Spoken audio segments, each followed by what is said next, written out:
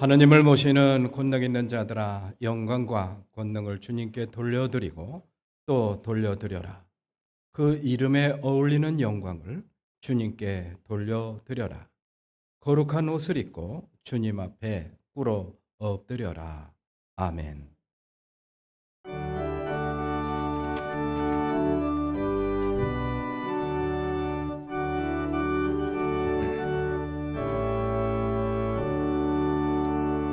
찬송으로 보답할 수 없는 큰 사랑, 주님께 영광 할렐루야. 형제자매 모두 함께 모여 찬송해. 주님께 영광 할렐루야. 하나님의 자녀여 크게 찬송 부르며 밝고 거룩한 길로 기쁨으로 나아가 주의 보좌 앞으로 속히 들어가겠네. 주님께 영광 할렐루야. 우리 받은 주님 은혜 한량 없도다. 주님께 영광 할렐루야. 깊은 찬송 부르면서 천국 가겠네. 주님께 영광 할렐루야. 하나님의 자녀여 크게 찬송 부르며 밝고 거룩한 길로 기쁨으로 나아가 주의 보좌 앞으로 높이 들어가겠네. 주님께 영광 할렐루야. 잠시 후에 우리 모두 주를 보겠네. 주님께 영광 할렐루야. 영광스러운 보좌 위에 오르신 주, 주님께 영광 할렐루야.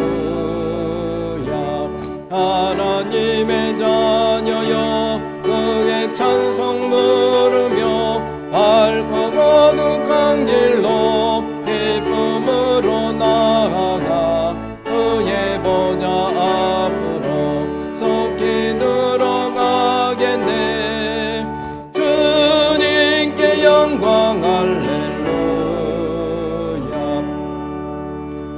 만국 백성 천국에서 소리 높여서 주님께 영광 할렐루야.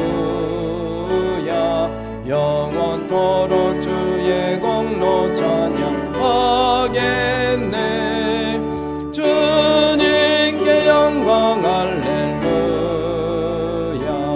하나님의 자녀여 크게 찬송 부르며 밝고 거룩한 길로 기쁨으로 나아가 주의 보좌 앞으로 속히 들어가겠네. 주님께 영광 할렐루야.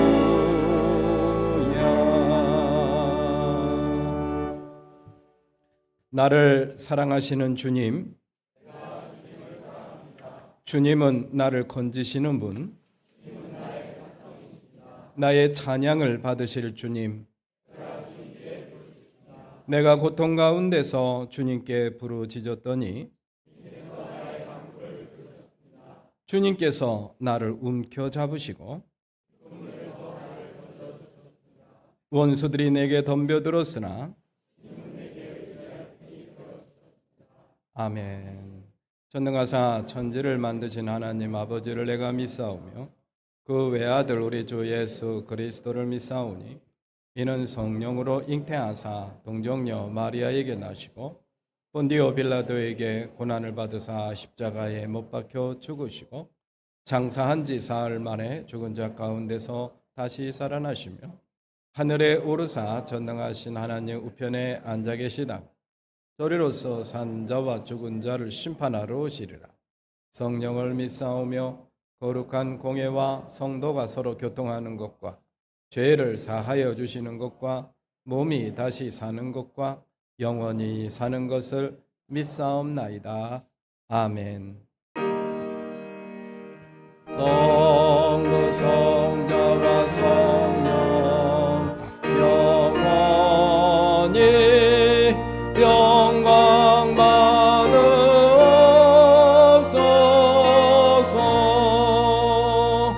대초로 지금까지 또 길이 영원 무궁 성삼위께 영광.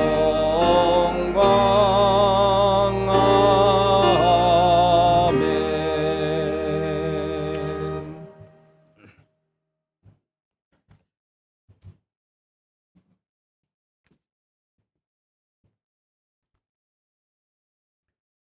좋으신 하나님 아버지, 무더위 속에서도 저희들 건강하게 지켜주시고 거룩하고 복된 주일 이렇게 주님 전에 나와 예배드리게 하시니 감사를 드립니다. 오늘도 온 마음과 정성을 다해 드리는 우리의 예배를 기쁘게 받아주시고 주님의 은혜가 강같이 흐르는 축복의 시간이 되게 하옵소서. 저희들 지난 한 주간의 삶을 돌이켜봅니다. 주님의 백성답게 살아가려 했었으나 때로는 세상의 파도에 흔들리고 마음의 욕심과 염려를 품고 살았던 저희들의 허물을 용서하여 주시옵소서. 이 시간 오직 하나님만을 향하는 거룩한 마음을 품고 주님의 뜻에 합당한 삶을 살아갈 수 있도록 힘주시고 능력 더하여 주시옵소서. 사랑의 하나님, 여름 기간 진행된 여러 사역들 위해 부어주신 충만한 은혜에 감사를 드립니다. 사역을 통해 뿌려진 복음의 씨앗들이 귀한 열매로 풍성한 결실을 맺을 수 있도록 인도하여 주시옵소서. 특별히 오늘 진행 중인 중고등부 여름 수련회에도 주님의 은혜 안에서 안전하게 잘 마칠 수 있도록 모든 일정 가운데 함께하여 주시옵소서. 무더운 여름철 육신의 질병과 연약함으로 고통받고 있는 환우들을 기억하여 주시옵소서. 주님께서 친히 그들을 안수하시어 모든 질병이 떠나가고 강건함을 회복하는 역사가 있게 하옵소서. 경제적 어려움과 마음의 상처, 진로의 문제로 기도하는 성도님들을 기억하여 주셔서 주님이 주시는 평강과 위로가 각 가정과 일터 위에 가득하게 하옵소서. 저희 매운교회를 통해 어려운 이웃들과 소외된 이들에게 주님의 따뜻한 손길이 전해지게 하시고 세상의 빛과 소금의 역할을 온전히 감당하는 저희들 될 수 있도록 인도하여 주시옵소서. 오늘 귀한 말씀 전하시는 담임 목사님을 영육간 강건하게 지켜주시옵소서. 목사님께 성령의 충만함과 능력을 더하여 주시고 선포되는 말씀을 통해 우리의 영혼이 새로워지고 세상을 살아갈 큰 힘과 위로를 얻는 은혜의 시간이 되게 하옵소서. 예배를 위해 기쁨으로 섬기는 찬양대와 안내, 주방, 차량 등 여러 모양으로 섬기는 모든 봉사의 손길들을 기쁘게 받아주시고 섬기는 손길마다 하나님의 크신 복을 더하여 주시옵소서. 우리를 사랑하시고 인도하시는 예수 그리스도의 이름으로 기도드립니다. 아멘. 하늘에 계신 우리 아버지, 그 이름을 거룩하게 하여 주시며 그 나라를 오게 하여 주시며 그 뜻을 하늘에서 이루심 같이 땅에서도 이루어 주십시오.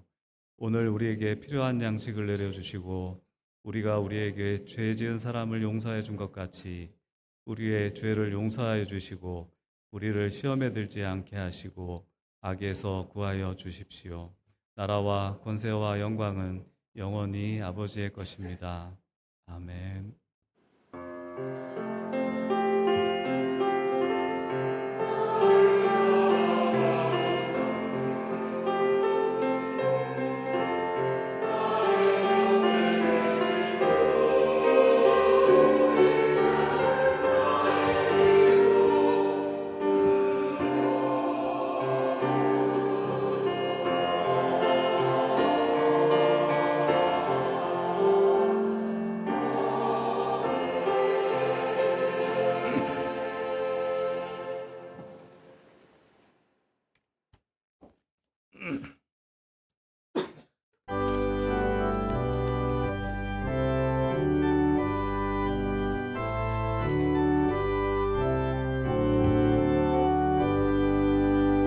생명 진리 은혜 대신 영원하신 구세주 사람 내사 모든 인류 구원하여 주시니 영광 중에 계신 주님 크신 은혜 베푸사 사랑으로 채우시고 우리 고쳐주소서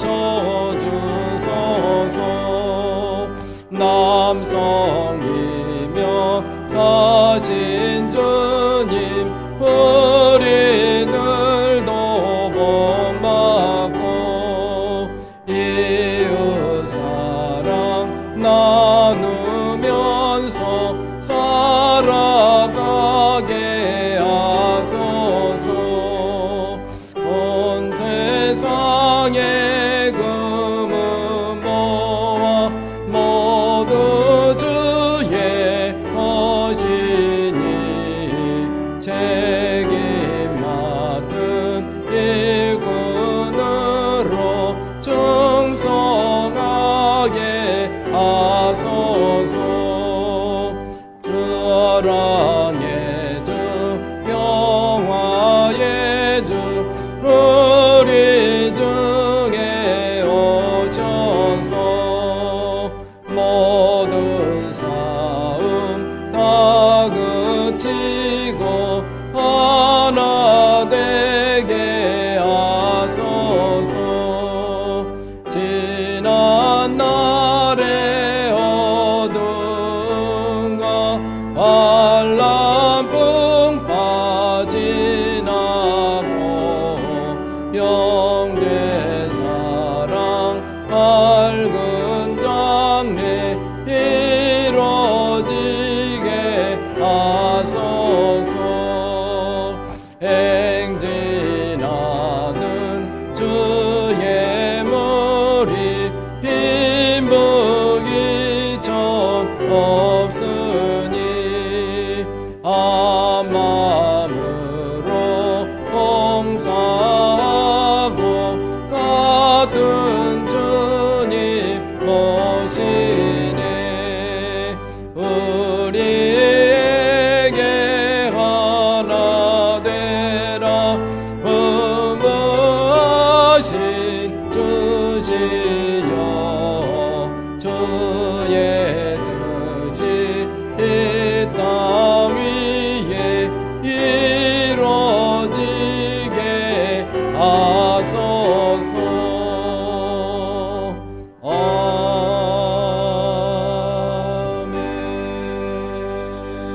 아멘. 모두 일어나셔서 말씀 봉독하도록 하겠습니다. 요한복음 18장 28절부터 40절까지 나누어 봉독하도록 하겠습니다. 28절입니다. 사람들이 가야바의 집에서 총독 관저로 예수를 끌고 갔다. 때는 이른 아침이었다. 그들은 몸을 더럽히지 않고 유월절 음식을 먹기 위하여 관저 안에는 들어가지 않았다.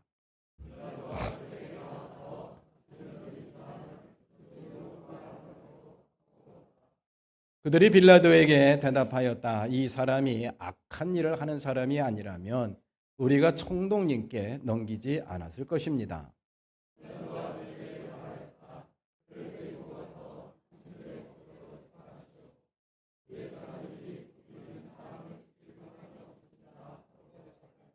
이렇게 하여 예수께서 자기가 어떠한 죽음으로 죽을 것인가를 암시하여 주신 말씀이 이루어졌다.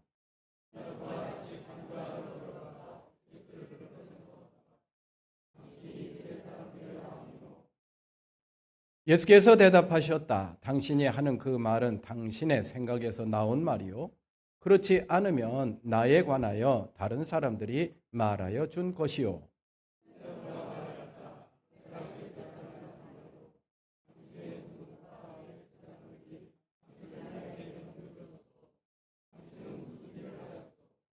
예수께서 대답하셨다. 내 나라는 이 세상에 속한 것이 아니요.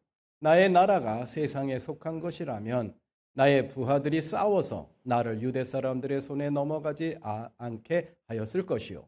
그러나 사실로 내 나라는 이 세상에 속한 것이 아니요.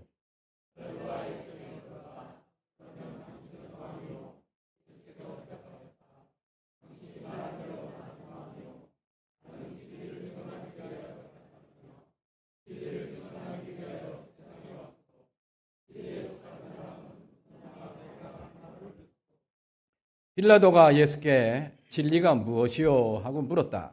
빌라도는 이 말을 하고 다시 유대 사람들에게로 나와서 말하였다. 나는 그에게서 아무 죄도 찾지 못하였소.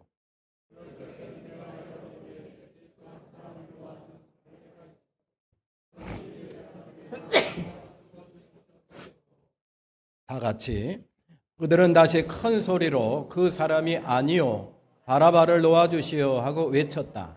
바라바는 강도였다. 아멘. 모든 것이 주께로부터 왔으니 이에 불주께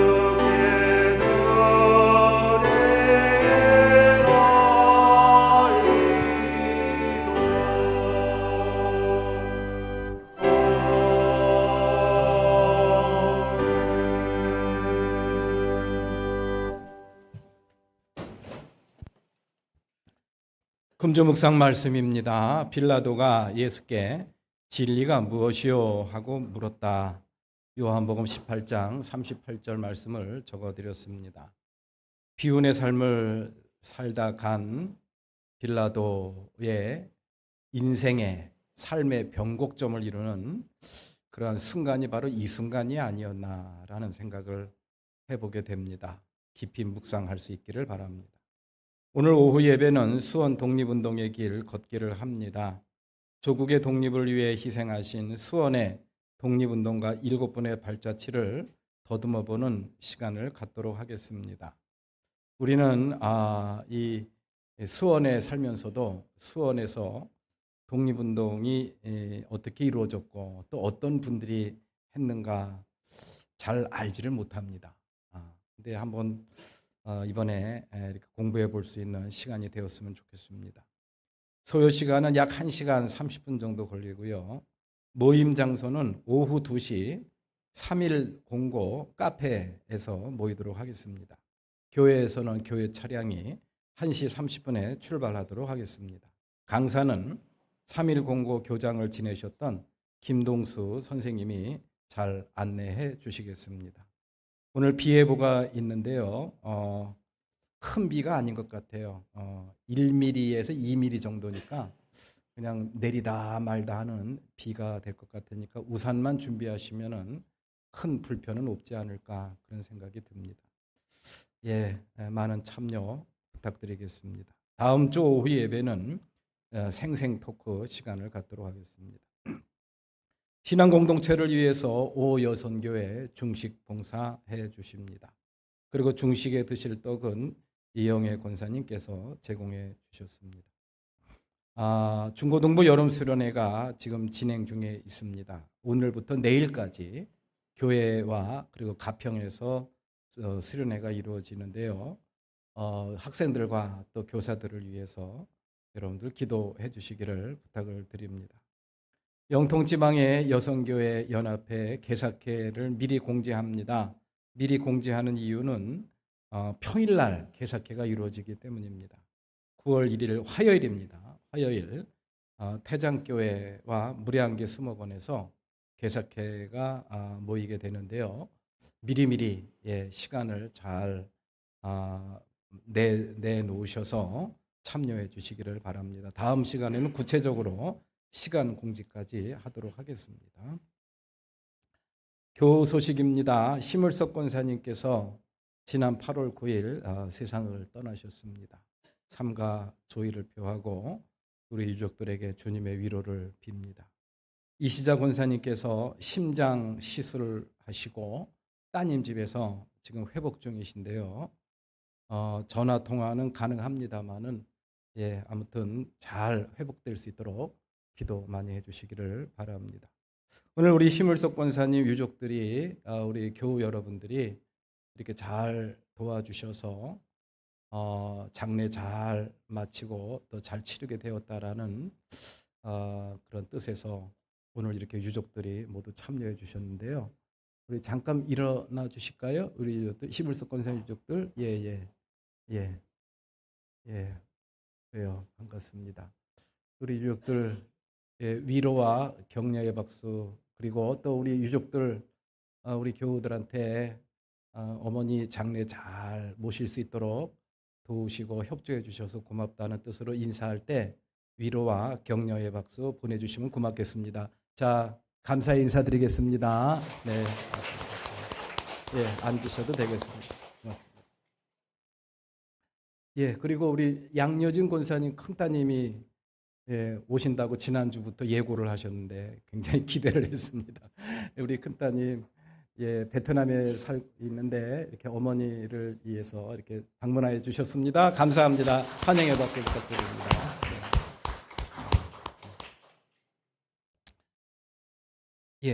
기도드리겠습니다.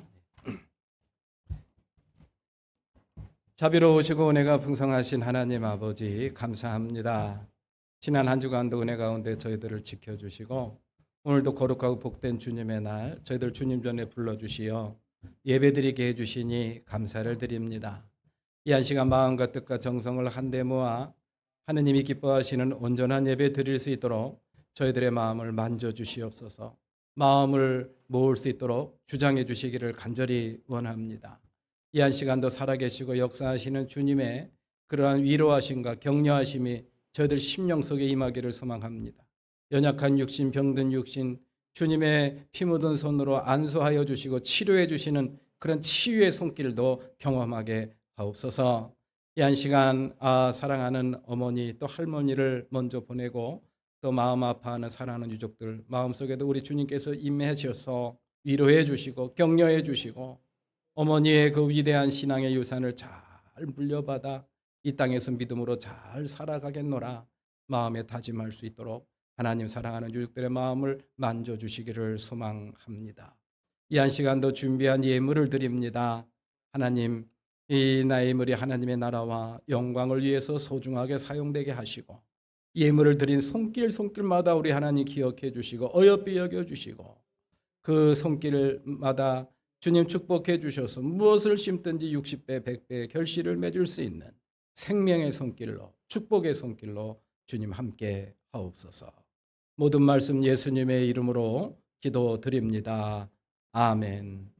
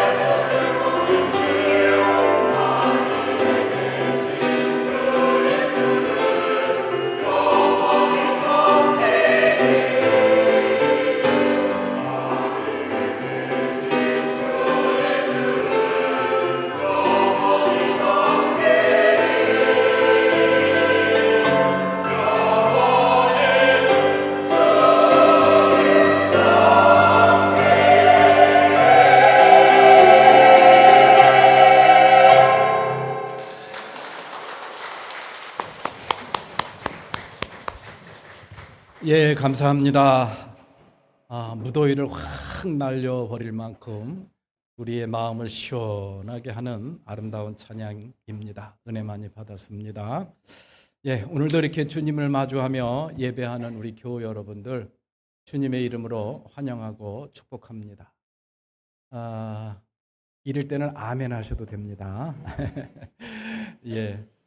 우리 다 같이 앞뒤 좌우를 보시면서 인사 나누시죠. 사랑합니다. 축복합니다. 네.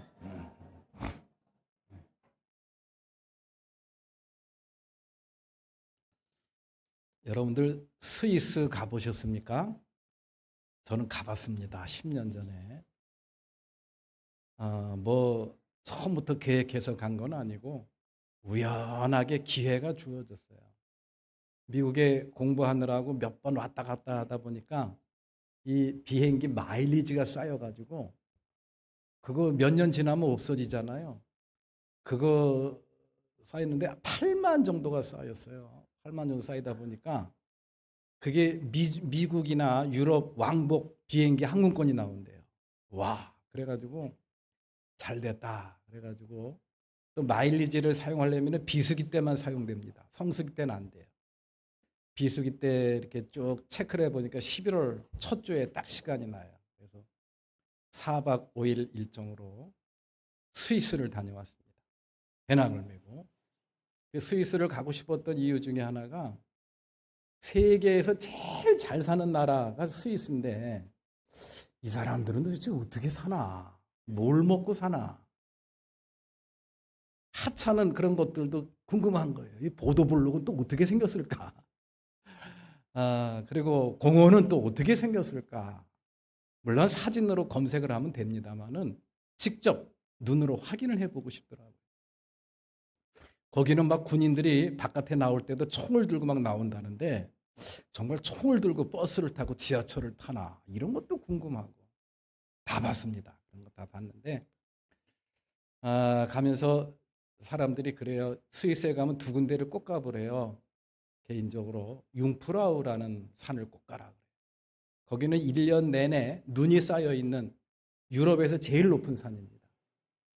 그리고 또 한 군데 개인적으로 추천하는데 필라투스, 루체른 호수가 한눈에 쫙 보이는 아름다운 경관을 자랑하는 필라투스라는 산을 꼭 가보라고 그렇게 권고하더라고요. 그래서 물어 어떻게 해서 필라투스 산도 다녀왔습니다. 참 예쁘고 아름답더라고요. 그런데 그 필라투스 산에 얽혀 있는 전설을 듣고 제가 또 마음에 또 울림이 있더라고요. 왜 이 산 이름이 필라투스일까라는 것을 검색을 해보니까 그 산 이름이 빌라도 산이에요. 빌라도 산. 빌라도라는 사람의 이름은 이 땅에 존재하는 사람들 가운데 가장 불명예스러운 사람 중에 한 사람 아닙니까? 그리고 빌라도라는 이름은 누구도 쓰기 싫어하는 이름이에요. 그래서 웬만하면 빌라도라는 이름을 쓰지 않습니다. 그런데 왜 산 이름을 빌라도 산이라고 했을까? 필라투스라고 이름을 붙였더라고요. 그래서 그 기록을 찾아보니까 유세비우스, AD 4세기경 역사학자였던 유세비우스가 남긴 그런 역사책에 그런 기록이 있어요. 이 본디어 빌라도가 관직에서 박탈된 다음에 귀향을 갔대요. 귀향을 갔는데 어디 갔냐? 그 귀향 간 곳이 바로 루체른으로 간 겁니다. 스위스 루체른으로 귀향을 보낸 거예요. 그곳에 가가지고 심한 좌절감, 또 회의를 합니다. 내가 그때 왜 그랬을까? 그런 좌절과 회의를 왜 느꼈을까요? 그건 여러분들이 한번 상상을 해보시기 바랍니다. 내가 그때 왜 그랬을까? 내가 그때 왜 그랬을까? 이런 좌절, 후회 이런 것들을 하게 됩니다. 그러면서 이 황제로부터 부름을 받지 못하고 계속해서 이 귀향살이를 하다 보니까 우울증이 걸렸어요. 우울증이 걸려가지고 자살을 합니다. 자살을 했는데 그 빌라도의 시신을 정성스럽게 잘 이렇게 장사를 지내준 게 아니라 사람들이 빌라도 산에다 갖다 버린 거예요. 그래서 그 산 이름이 필라투스 산이 되었다라는 그러한 역사 기록이 있더라고요. 야, 이 비운의 사람, 비운의 인생을 살다간 이 빌라도의 흔적이 이 아름다운 스위스의 루체른 이 필라투스 산에까지 스며 있구나. 좀 깜짝 놀랐어요. 그래서 거기는 또 어떤 전설이 있냐면요. 그래서 그 빌라도의 그러한 이 원혼이 그 산에 있어가지고 뭐 산을 노엽게 하거나 해서는 안 될 일을 하면요. 광풍이 불거나 홍수가 나가지고 사람들에게 피해를 준대요. 그래가지고 그 피해, 그 애군을 막아달라고 거기다가 1986년에 어떤 돈 많은 부자가 커다란 십자가를 그 필라투스 산 2000m 꼭대기에다가 세워놨더라고요. 그런다고 무슨 뭐 재앙이 없어지는 건 아닙니다만은 그러한 전설이 담겨 있는 필라투스 산. 제가 왜 이런 말씀을 드리냐면요. 이 빌라도라는 사람, 또 빌라도라는 사람의 이름, 그 이름이 그 스위스 그 아름다운 풍경을 자랑하는 그러한 그 필라투스 산에까지 스며 있구나라는 그런 생각을 한번 해보게 되었습니다. 이러한 그 빌라도의 그런 비운의 인생을 살다간 이 빌라도의 그러한 불명예스러운 모습들은 그런 필라투스 산에만 있는 게 아닙니다. 오늘날 이 사도신경을 암송하는 사람들이 얼마나 많습니까? 아마 수억 명은 될 거예요. 캐톨릭 신자, 또 개신교 신자 다 합해서 아마 수억 명은 될 겁니다. 이 수억 명이 되는 사람이 예배 드릴 때마다 예수를 죽인 사람이 누구라고 고백합니까? 빌라도라고 고백을 하는 거예요. 이 얼마나 불명예스러운 일입니까? 오늘 본문 말씀은 빌라도가 왜 그렇게 비운의 인생을 살았나? 왜 그 비운의 그러한 삶을 살게 되었나라는 그런 이야기를 저희들에게 전해주고 있습니다.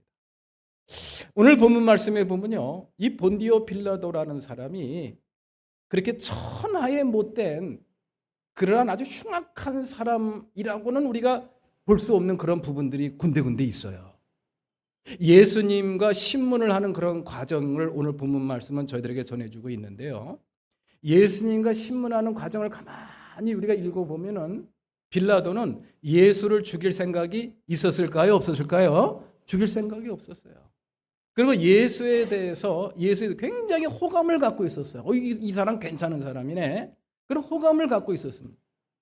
근데 문제는 호감을 갖고 있는 것 딱 거기까지입니다. 하나님의 아들로서 진리 그 자체로서 정말 소중한 분이 자기 앞에 있는데 진리를 만나지 못하고 진리를 접하지 못하는 그런 딱한 이러한 본디오 빌라도의 모습. 그것이 오늘 본문 말씀의 아주 핵심적인 내용입니다. 오늘 본문 말씀에 보면요, 이 빌라도는 사실 예수님에 대해서 굉장한 호감을 갖고 있고 죽일 생각이 없었다는 것을 알 수가 있습니다.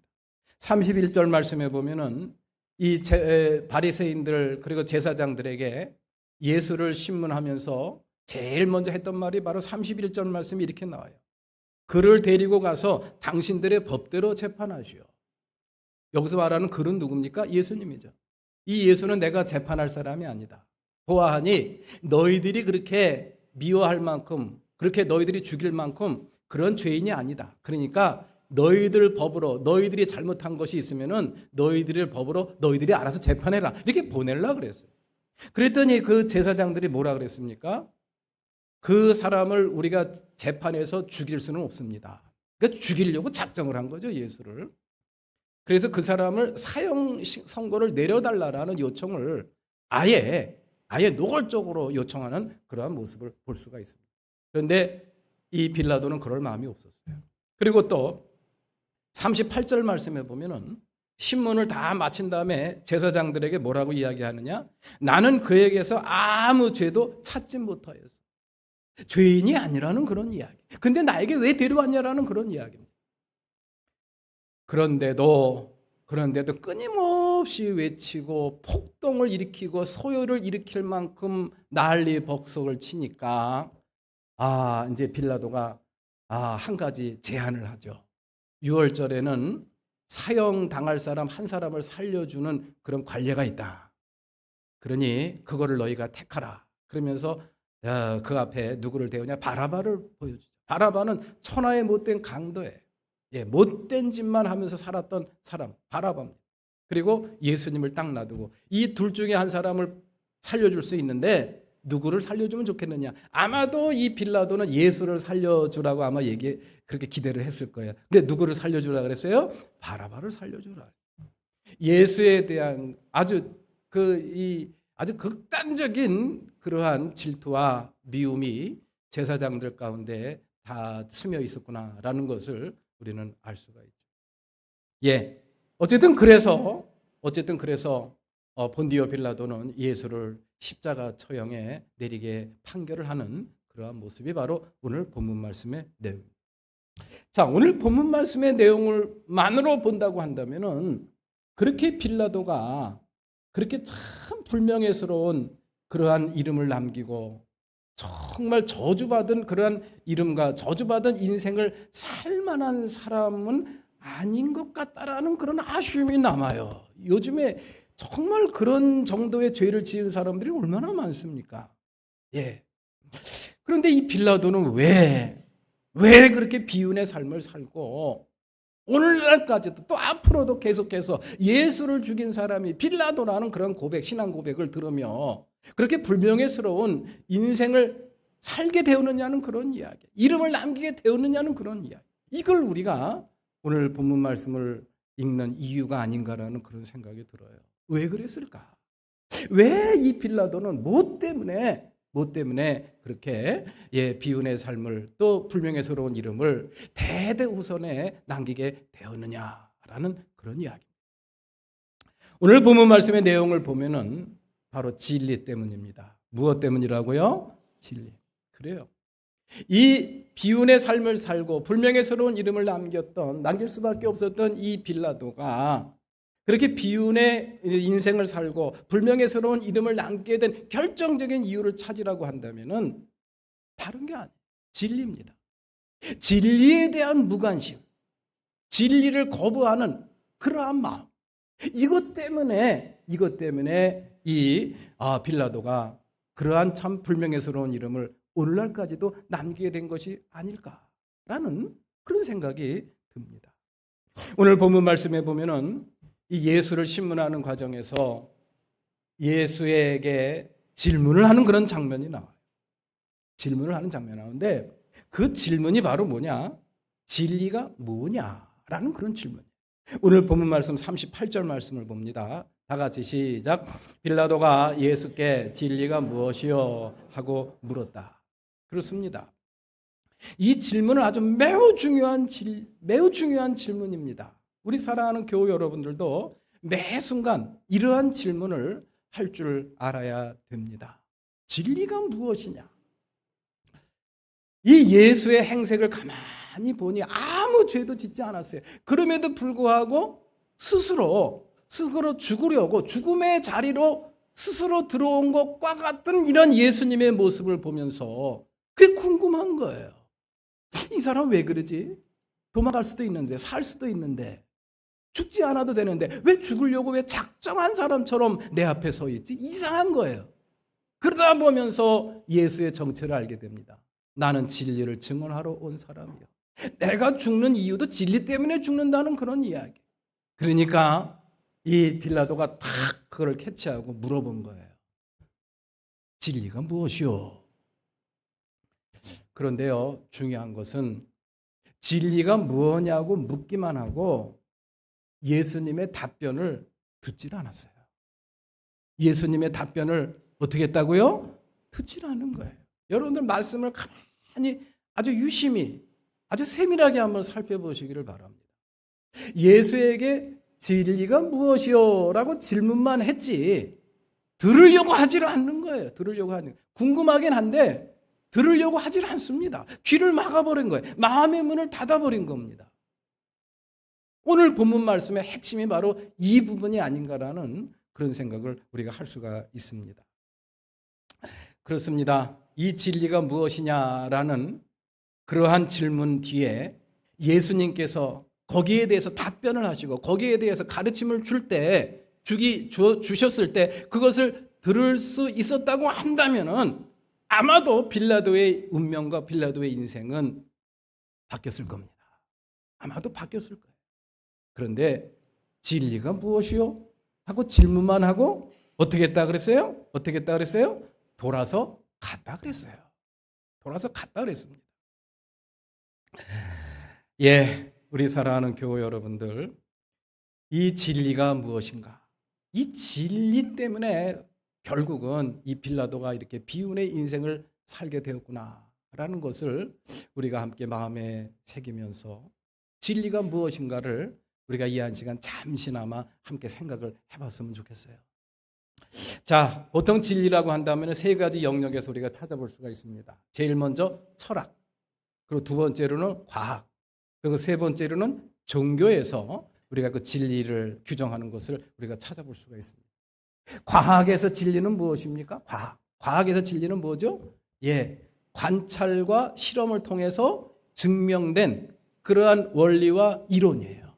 예, 그것이 다시 말해서 보편적인 원리입니다. 보편적인 원리.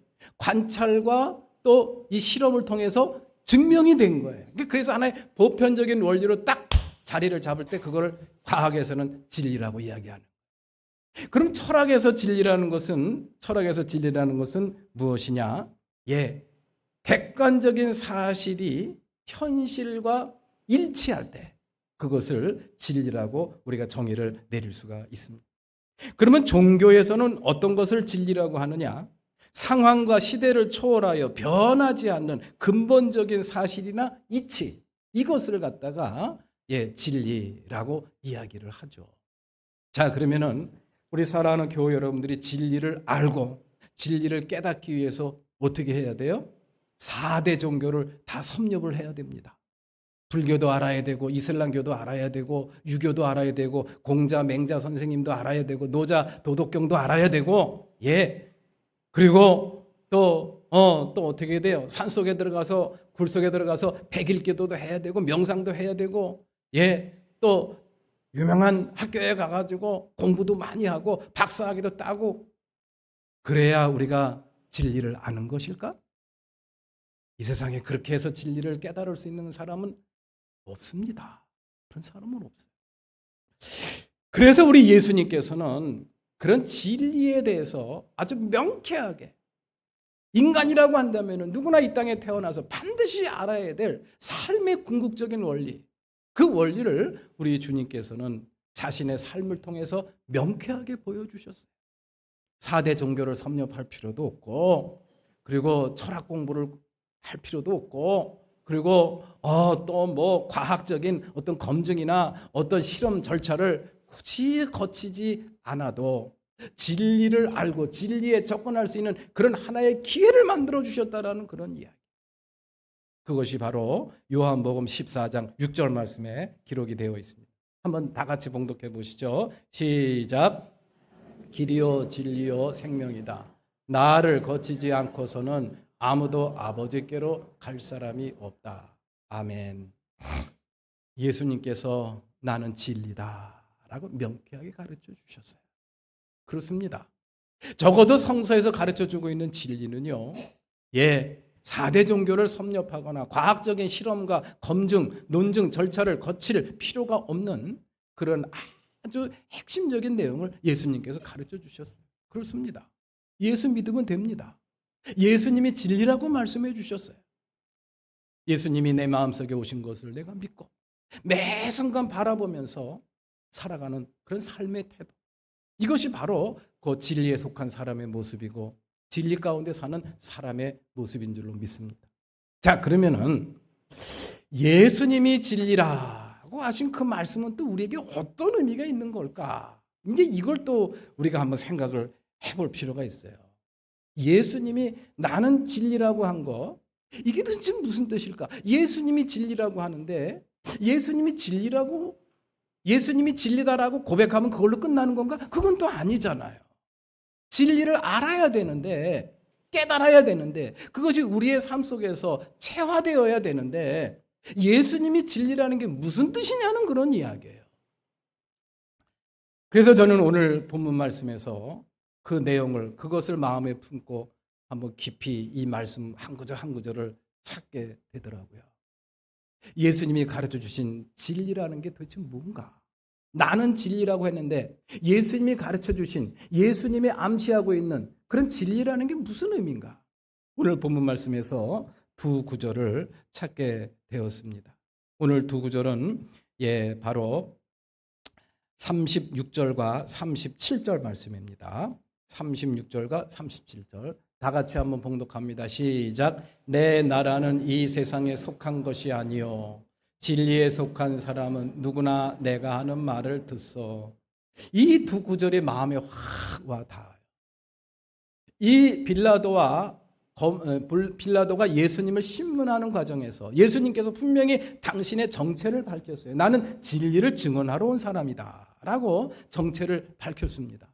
그러면서 이 두 구절의 말씀을 통해서 예수님이 가르쳐 주신 진리라는 게 뭔가, 진리의 본질이라는 것이 뭔가를 생각을 하게 되더라고요. 내 나라는 이 세상에 속한 것이 아니요 내 나라라는 그런 말씀에 마음이 확 와 닿더라고요. 내 나라. 그렇구나. 우리 예수님께서는 무슨 말을 할 때나 무슨 행동할 때나 항상 머리에 염두에 두고 있었던 그 선택과 판단의 기준이 바로 뭐냐? 하나님 나라입니다. 내 나라예요.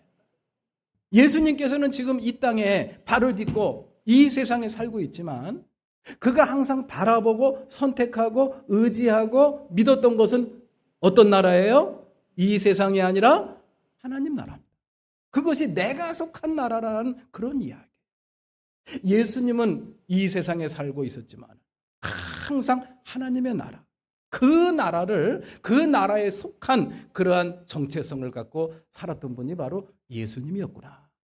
그래서 예수님의 말씀 속에는 이 세상 사람들이 알아듣기 힘든 그러한 이야기들이 나온 것이 아닌가라는 그런 생각이 들어요. 그리고 진리에 속한 사람은 내 말을 다 알아듣는다라는 이 말씀. 진리에 속한 사람이라는 게 뭔가? 진리에 속한 사람이라는 그런 말씀을 묵상하면서 어떤 느낌이 떠오르냐, 어떤 단어가 떠올랐냐면요. 한번 따라서 해보시죠. 갈망이라는 단어가 떠올라요. 왜 그랬느냐?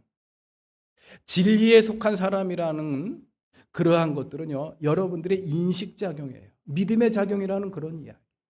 진리에 속한 사람으로 살아갈 수도 있고 진리에 속하지 않은 사람으로도 살아갈 수가 있습니다.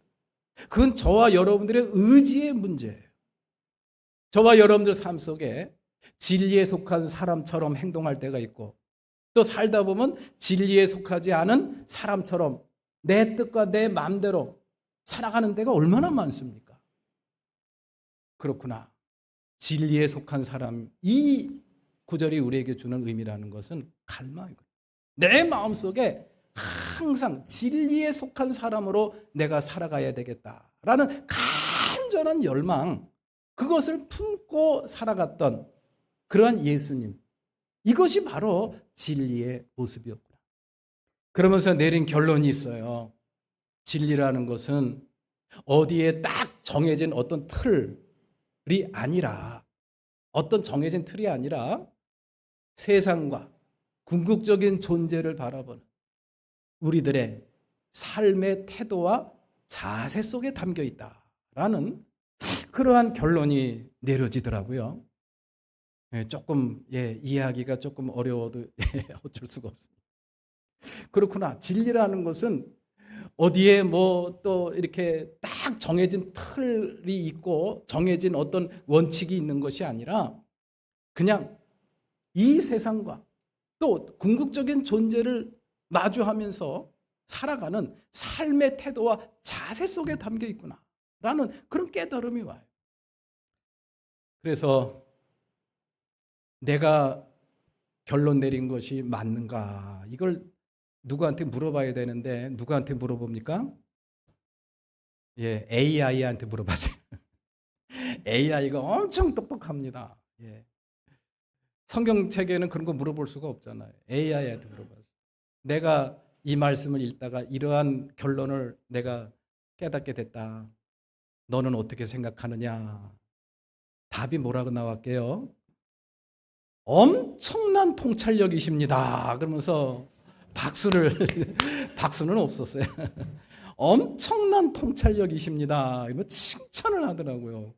저도 깜짝 놀랐어요. 그러면서 왜 그러느냐? 그러면서 한 A4 용지 하나로 쫙 이렇게 설명을 썼는데 거기서 그 AI가 내려준 결론이 그거더라고요. 예. 진리는 다다라야 할 도달점이 아니라 계속해서 걸어가는 여정 그 자체다. 우리 다 같이 한번 읽어볼까요? 시작. 진리는 다다라야 할 도달점이 아니라 계속해서 걸어가는 여정 그 자체다. 이건 성경 말씀이 아니니까 그냥 마음속에 새기지 않으셔도 됩니다. 예. AI가 가르쳐준 그런 통찰력이었어요. 그렇습니다. 우리 예수님께서 보여주신 삶의 태도, 그것을 내가 그대로 적용시켜 나가는 거예요. 그러한 예수님께서 우리에게 보여주신 삶의 태도, 삶의 모습, 그것을 내가 이 세상을 살아가면서 그것을 내 삶 속에 그대로 적용시켜 나가는 그런 삶이 곧 바로 뭐냐? 한번 따라해서 해보세요. 진리. 그게 진리예요. 그게 진리입니다. 그 나라, 궁극, 그 나라 하면 여러분들 제일 먼저 떠오르는 게 뭐예요? 그 나라. 하나님의 나라 하면은 영원한 나라, 영원한 나라. 변하지 않는 나라, 영원한 것, 변하지 않는 것, 본질적인 것, 궁극적인 것, 근원적인 것. 그것에 대한 간절한 열망, 간절한 갈망. 그걸 갖고 매 순간에 그러한 갈망과 그러한 열망을 갖고 말을 하고 행동을 하고 이 세상을 살아가는 겁니다. 그렇게 살아가는 사람들의 삶의 모습은 어떤 모습으로 나타날까? 그거를 사도 바울이 고린도전서 13장 11절 말씀에서 저희들한테 가르쳐 줬어요. 다 같이 한번 봉독해 봅니다. 시작. 내가 어릴 때에는 말하는 것이 어린아이와 같고 깨닫는 것이 어린아이와 같고 생각하는 것이 어린아이와 같았습니다. 그러나 어른이 되어서는 어린아이의 일을 버렸습니다. 고린도전서 13장 11절 말씀. 어린아이들은요, 영원한 거, 본질적인 거, 근본적인 거 몰라요. 관심이 없습니다. 감각적인 거, 본능적인 거, 지금 당장 나에게 쾌감을 주는 거, 그거에 몰입돼 있어요. 그래가지고 가급적이면 움켜집니다. 절대로 남한테 안 줘요. 그러나 커서 소리 들고 어른이 되면 어떡합니까? 손을 펴서 나누어 줍니다. 희생할 줄 압니다. 양보할 줄 압니다. 절제하고 참을 줄 알아요. 그렇습니다. 우리가 이 땅에 살면서 그리스도인으로 또 진리에 속한 사람으로 산다라는 것, 진리 가운데 산다라는 것, 구원받은 사람으로서의 삶을 산다라는 것, 뭐 특별한 거 아니에요. 매 순간에 무엇이 영원한 것인가, 무엇이 변하지 않는 것인가, 이런 것들에 대한 갈망을 갖고 그것을 선택하고 그것을 의지하고 그것을 바라보며 살아가는 사람이 바로 진리에 속한 사람이고 진리 가운데 살아가는 사람이구나라는 거. 오늘 본문 말씀에 보면요, 이 빌라도가 그걸 놓쳤어요. 그걸 놓친 이유가 뭐냐? 진리가 무엇이요? 하고 묻기만 하고 듣지도 않고 돌아가 버리는 그러한 빌라도의 뒷모습에서 우리는 무엇을 발견하게 되느냐? 진리의 걸림돌이 있구나. 진리를 듣고 진리를 깨달을 수 있는 그런 기회를 원천적으로 막아버리는 벽이 있고 걸림돌이 존재하는구나라는 것을 깨닫게 돼요. 그것이 바로 뭘까요? 빌라도의 발걸음을 옮기게 하고 빌라도의 그러한 귀를 막아 빌라도의 마음을 막아버린 그것이 걸림돌이 뭐냐는 그런 이야기. 그게 뭘까요? 그건 아주 쉽죠. 자신이 갖고 있는 권력입니다. 자신이 추구하는 그런 가치예요. 권력에 대한 욕구, 명예에 대한 욕구, 부귀 영화에 대한 그런 욕망, 그것으로 머리끝부터 발끝까지 그런 갈망으로 꽉 차 있으니까 진리라는 그런 영역이 들어올 틈이 없는 겁니다. 궁금하긴 한데 듣고 싶진 않은 거예요. 뭐가 듣고 싶어요? 다른 걸로 꽉 차 있는 거예요. 세상에 대한 어떤 명예에 대한 욕심, 권력에 대한 욕구 이런 걸로 꽉 차 있으니까 진리에 대해서는 궁금하긴 하지만은 듣고 싶진 않은 겁니다. 그래서 기회를 놓친 거예요. 설교를 준비하면서 그런 이야기가 떠오르더라고요. 제자 훈련을 하신 분들은 다 들었던 얘기인데요.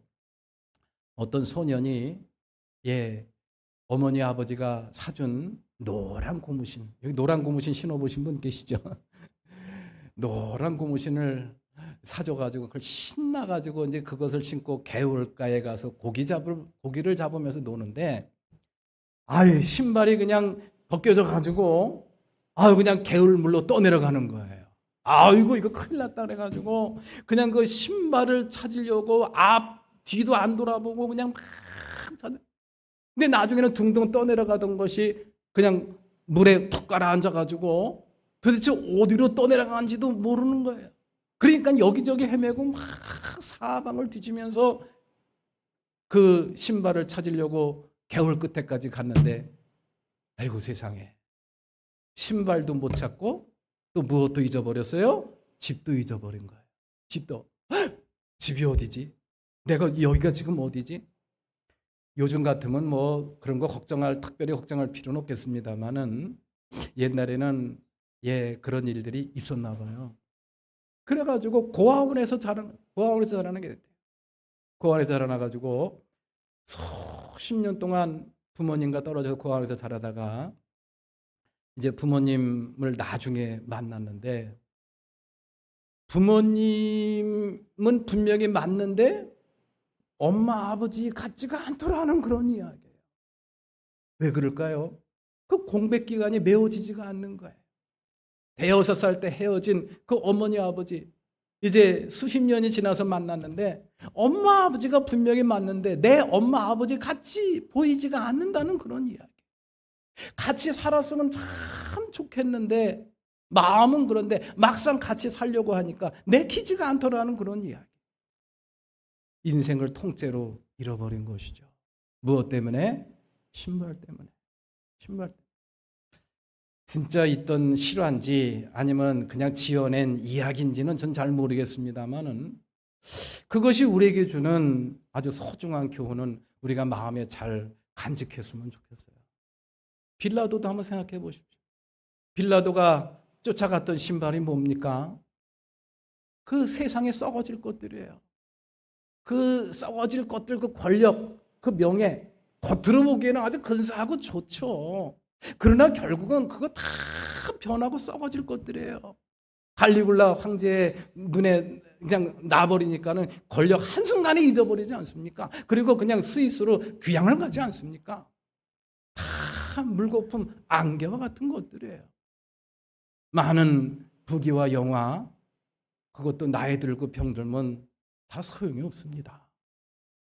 영원한 것을 내버려 두고 이 세상에 썩어질 것들을 정신 팔려서 쫓아가다가 결국은 자기의 인생을 다 통째로 잃어버린 그런 슬픈 이야기. 이것이 우리의 이야기가 아닌가라는 그런 생각을 이 시간 우리가 해봤으면 참 좋겠어요. 오늘 본문 말씀 설교가 주는 주제가 바로 그겁니다. 정말 중요한 것, 그것을 우리가 쫓아가야 되는데 덜 중요하고 이 세상에 썩어질 것들에 정신 팔려서 그것 쫓아가다가 정말 중요한 것을 잊어버려서 빌라도처럼 비운의 삶을 사는 것은 아닌가. 이런 걸 한번 우리가 마음에 새겨보자라는 그런 이야기입니다.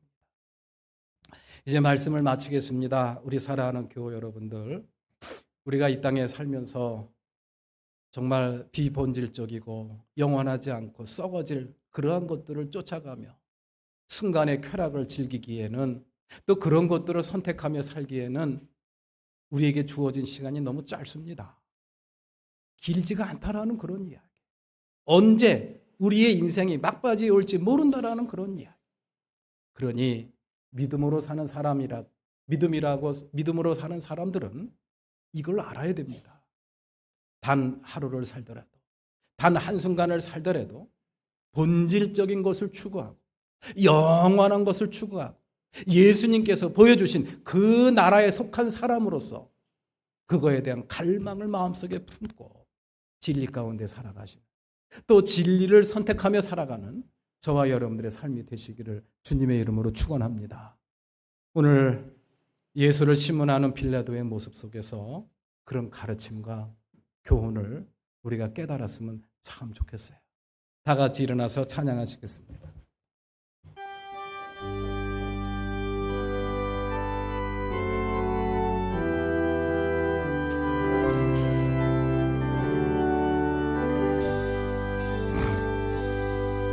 내가 주인 삼은 모든 것 내려놓고 내 주 대신 주 앞에 나가 내가 사랑했던 모든 것 내려놓고 주님만 사랑해.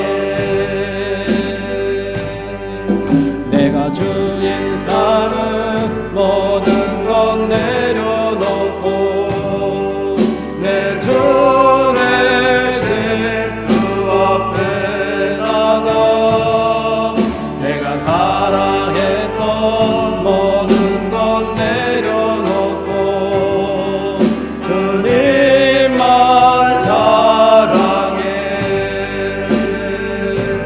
그 사랑 멋진 풍랑에도 깊은 바다처럼 나를 잠잠케 해. 그 사랑 내 영혼의 반석 그 사랑 위에 소리 주 사랑 주 사랑 멋진 풍랑에도 깊은 바다처럼 나를 잠잠케 해. 그 사랑 내 영혼의 반석 그 사랑 위에 소리. 자비로우신 하나님, 오늘 거룩하고 복된 주님의 날, 주님 전을 찾게 해주시고 예배저로 앉혀주시고 귀한 말씀을 마음에 품고 내가 이제껏 주인 삼은 모든 것 다 내려놓고 진리 되신 주님만을 바라보며 주님께서 우리에게 보여주신 그러한 정체성과 그런 삶의 모습을 우리의 삶의 정체성으로 삼고 우리의 삶의 원리로 삼고 진리 가운데 힘있게 살아가기로 작정하고 돌아가는 주님의 귀한 권속들 한 심령 한 심령 축복하옵소서.